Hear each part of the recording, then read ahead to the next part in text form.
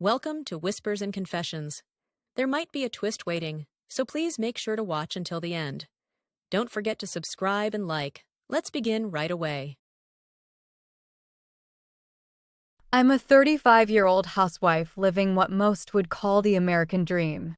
People tell me I have a stable life, though I've never quite understood what that means. My husband James is a successful accountant who brings home more than enough money. We're definitely well off and don't have any financial concerns. I have a good relationship with my in-laws, and since we haven't started a family yet, I should feel free. But the truth is, I'm suffocating from boredom. Between James's constant business trips and late nights at the office, life has become painfully mundane. The monotony of my daily routine was slowly driving me crazy. Perhaps that's what led me down this path. I found myself drawn to the excitement of hotels. What started as innocent curiosity quickly evolved into something more. It began one evening when James was out of town. A casual drink with friends turned into something unexpected when a stranger asked that simple yet loaded question, "Where should we go?"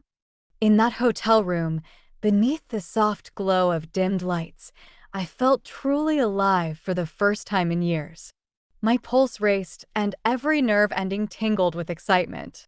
But one encounter wasn't enough. Soon I found myself seeking out new partners.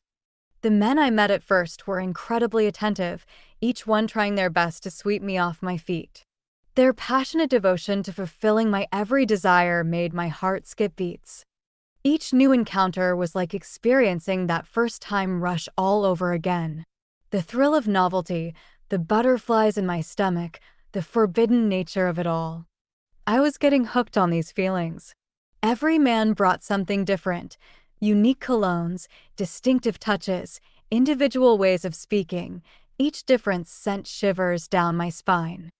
They seemed to be everywhere. A chance meeting at a Manhattan cafe, a flirtatious conversation at a bar near Central Park, even reconnecting with an old flame at a class reunion. I couldn't escape the hungry looks, and honestly, I didn't want to. Hotels became my sanctuary, my escape from reality. Sometimes, in quiet moments, I'd reflect on what I was doing. Every time I walked out of those hotel rooms, every time I returned home to James, I felt pieces of myself crumbling away. But I couldn't stop. The adrenaline rush was too addictive. Then came the text that changed everything. Had fun? Better keep this between us. Wouldn't want James finding out. My blood ran cold. With shaking hands clutching my phone, I tried to steady my breathing. In that moment, I realized this wasn't going to end here. I was about to fall into something far more dangerous. I gripped my phone so tight my knuckles turned white, trembling with fear. My mind went completely blank, and my body felt paralyzed. I had no idea how much this mysterious person knew. Despite trying to calm myself with deep breaths, my heart was racing out of control, and my palms were dripping with cold sweat.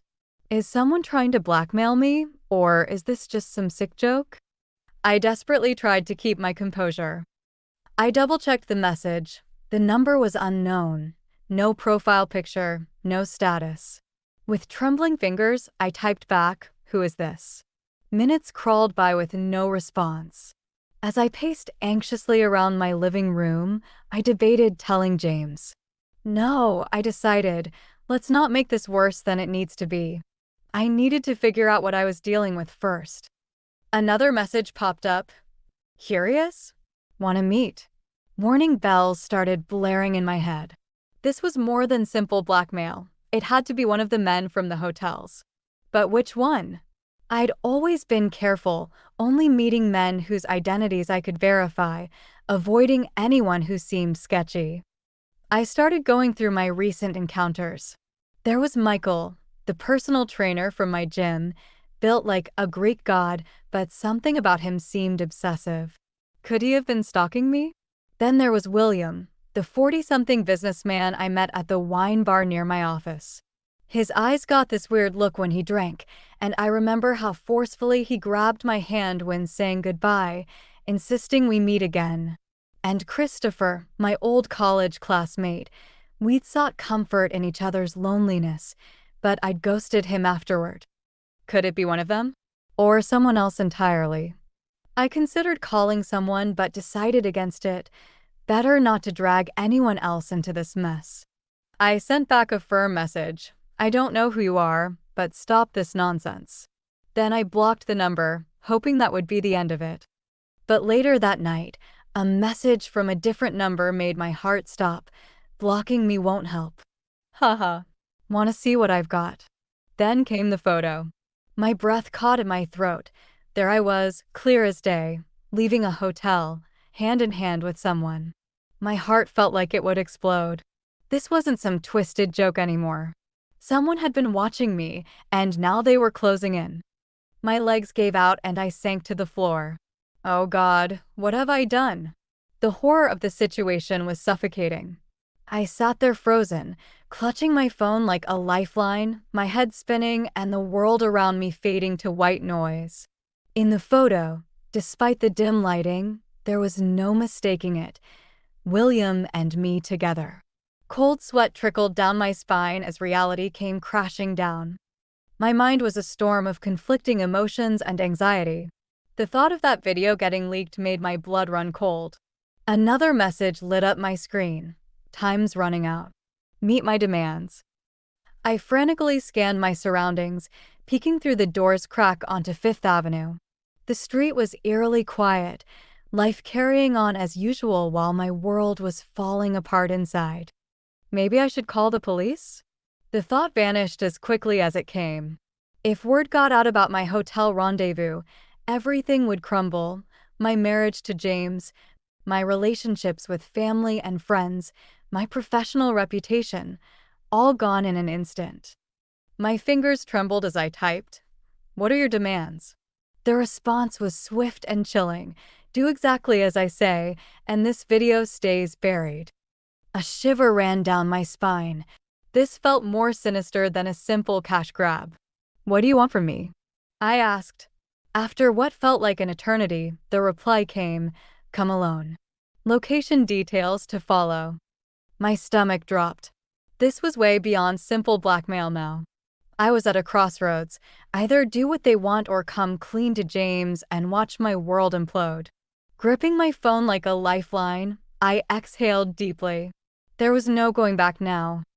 I sat in stunned silence, my thoughts racing like a runaway train. Could I just disappear? But reality hit hard. In this digital age, that video would follow me anywhere. I'd lose everything, James, my family, my career. Taking slow, deliberate breaths, I tried to think clearly. Something wasn't adding up. Why target me specifically? If it was about money, they would have named their price.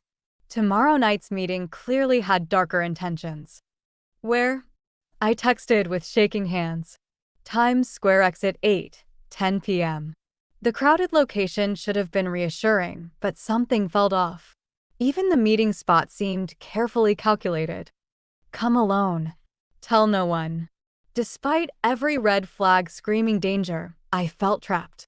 That night I tossed and turned, haunted by nightmares of being chased through Manhattan's endless maze of dark alleys. I woke up drenched in cold sweat, gasping for air. Dawn broke over the city, life continuing its normal rhythm outside my window while I couldn't turn back now. My reflection in the bathroom mirror told the story, exhausted eyes with dark circles betraying my sleepless night. The day was absolute hell. I tried to act normal with James and at work, but my mind was in complete chaos. After wrestling with the decision, I reached out to Michael, my gym trainer. Among all my past encounters, he seemed the most dependable, strong, level-headed. Maybe he could help navigate this nightmare. Michael, I'm in serious trouble. Someone's blackmailing me. They want me to meet them alone tomorrow night, and I'm scared to death. Would you come with me? I'd feel so much safer knowing you're there. Heart racing, I waited for his response. Usually quick to reply, this time the minutes dragged like hours. Finally, after 20 excruciating minutes, his message appeared. I'm sorry, but you need to go alone. My presence would only complicate things and make it more dangerous. Please understand. His words echoed in my head like a broken record. More dangerous? Is he saying it's fine for me to walk into this trap alone? Or is this his way of telling me to back out? With trembling fingers, I typed, "Fine. I'll handle it myself." Anger and disappointment flooded through me. Michael had acted so brave and dependable in our hotel encounters, but now he was leaving me to face this danger alone. Part of me was furious, but another part wondered if he had a point. Was it fair to drag him into this mess? After all, he was just a casual fling, not someone who owed me anything. The moment of truth had arrived. Fight or flight. At 9 p.m., I finally steeled my nerves and made my decision. By 9:50 p.m., I was near Times Square, my heart racing with every step. The usual weekend crowd bustled around me, completely oblivious to my internal turmoil. I clutched my bag like a lifeline, my eyes darting around nervously, unable to shake the feeling of being watched. My phone's sudden buzz made me jump. The message was clear: head to the subway. Exit 8. I debated calling the police, but what good would that do? The video would still exist, ready to destroy everything I held dear. With leaden feet, I descended into the subway station, completely unprepared for who I'd find there. Each step down felt like walking to my own execution. Dark thoughts swirled through my mind: kidnapping, murder, or worse. But I was in too deep now to turn back. The mundane subway scene felt surreal: commuters waiting for trains, people lined up at ticket machines. I felt like I was watching everything through a distorted lens. That's when my stomach dropped to my feet. "Been here a while." Michael's voice hit me like a thunderbolt. I looked up slowly, my mind struggling to process what I was seeing. He'd told me to come alone, so why was he here? "I knew you wouldn't disappoint," he said, his face a mask of cold calculation. This wasn't the Michael I knew. Something was terribly wrong. Before I could piece it together, his hand clamped around my arm like a vice. I tried to wrench free, but his grip was ironclad as he yanked me toward the platform. "Let go of me." I struggled frantically, but it was futile. The horrible truth dawned on me. This wasn't simple blackmail. Michael had orchestrated everything from the beginning. From now on, he growled, "You'll dance to my tune." His eyes were those of a stranger, cold, calculating, cruel. "What do you want from me?" I demanded through clenched teeth. His mocking smile sent chills down my spine. "Listen carefully. Your life belongs to me now."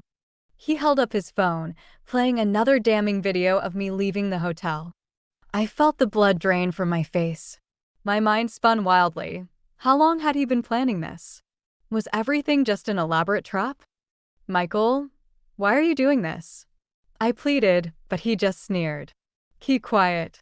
Drawing attention won't help your situation." For a split second, I considered screaming for help. As if reading my mind, Michael thrust his phone in my face. Should I hit upload? Let James see exactly what his wife's been up to. The footage on screen made my stomach lurch. There was far more than I'd imagined. I could barely draw a breath. This was way beyond blackmail now. I was completely at his mercy. "What do you want?" I whispered hoarsely. His slow smile made my skin crawl. "We're going somewhere else to talk." "Where are you taking me?" I balked, but his grip tightened painfully. "You're not calling the shots here. Move." I clenched my fists in helpless rage, knowing I had no choice but to comply. We emerged from the subway into a dimly lit alley. Despite the occasional passerby, I felt completely isolated. Even if I screamed, would anyone really help? I followed Michael, desperately searching for any chance to escape. My heart plummeted when Michael stopped. Another man was waiting there. I quickly scanned for exits, but they had me cornered. The stranger was middle-aged with an unkempt beard, and after leering at me, he turned to Michael. "That's her," Jack announced coolly. Michael nodded with smug satisfaction. "Just as planned." I felt sick to my stomach. I instinctively backed away, But Jack's smirk only widened as he pulled out a cigarette and placed it between his lips. The predatory gleam in his eyes made my blood run cold. Without warning, Michael slammed me against the wall. I tried to cry out, but his hand clamped over my mouth. One sound, and your perfect little life goes up in smoke. His voice dripped with menace, sending tremors through my entire body. This had escalated way beyond simple blackmail. Something far more sinister was unfolding. Jack approached with measured steps, extending his hand. Let's cut to the chase. That video stays buried if. I stared at his outstretched hand, my throat tight. Time to make your choice.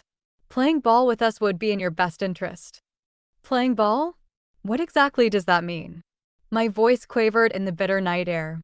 A wave of hopelessness washed over me. I fought against Michael's iron grip, but it was pointless. He'd orchestrated this trap perfectly, and I'd walked right into it. Jack took a long drag from his cigarette, eyeing me with calculated interest. Simple really, cooperate, and the video disappears. His words echoed in my mind like a broken record. What could they possibly want that required this elaborate setup? Michael's hot breath tickled my ear as he whispered, "You belong to me now." A violent shudder racked my body. I tried to pull away, but his grip was unbreakable. Did you honestly think I'd let you slip through my fingers? The truth caught me completely off guard. Michael wasn't just some random gym trainer I'd had an affair with. This entire scenario had been meticulously planned from day one. My mind raced, desperately searching for an escape route. What exactly does cooperation entail? I managed to ask, fighting to keep my voice steady. Jack stepped closer, using one finger to tilt my chin upward. Despite my trembling, I met his gaze head-on. Shut your mouth. Making a scene won't help you. He produced several photographs from his pocket, and my heart nearly stopped. Each image showed Michael with different women. My thoughts spiraled. Dear God, how many times have they done this? I studied each photo, recognizing the familiar backdrop of the hotel where I'd met Michael. Jack watched my reaction intently as he explained, "This is old hat for us. Michael and I have quite the collection of similar arrangements." Michael's practiced smile sent chills down my spine. You could say we're industry professionals. The pieces were falling into place. These weren't just opportunistic blackmailers. Jack pocketed the photos and said matter-of-factly, "Let's continue this conversation elsewhere." My stomach churned. The real nightmare was just beginning. One thing was crystal clear. I was dealing with seasoned operators. What exactly are you suggesting? I ventured cautiously. Jack's satisfied nod made my skin crawl. You'll work with us. Your charm, your connections, and... He paused meaningfully, his smile turning predatory. Your particular talents. For a moment, my mind went completely blank. The horrifying reality of my situation finally sank in. This wasn't about a simple affair or even straightforward blackmail. This was their business model. I could have tried to bolt, but the truth was paralyzing. This wasn't just a random seduction. It was a sophisticated operation.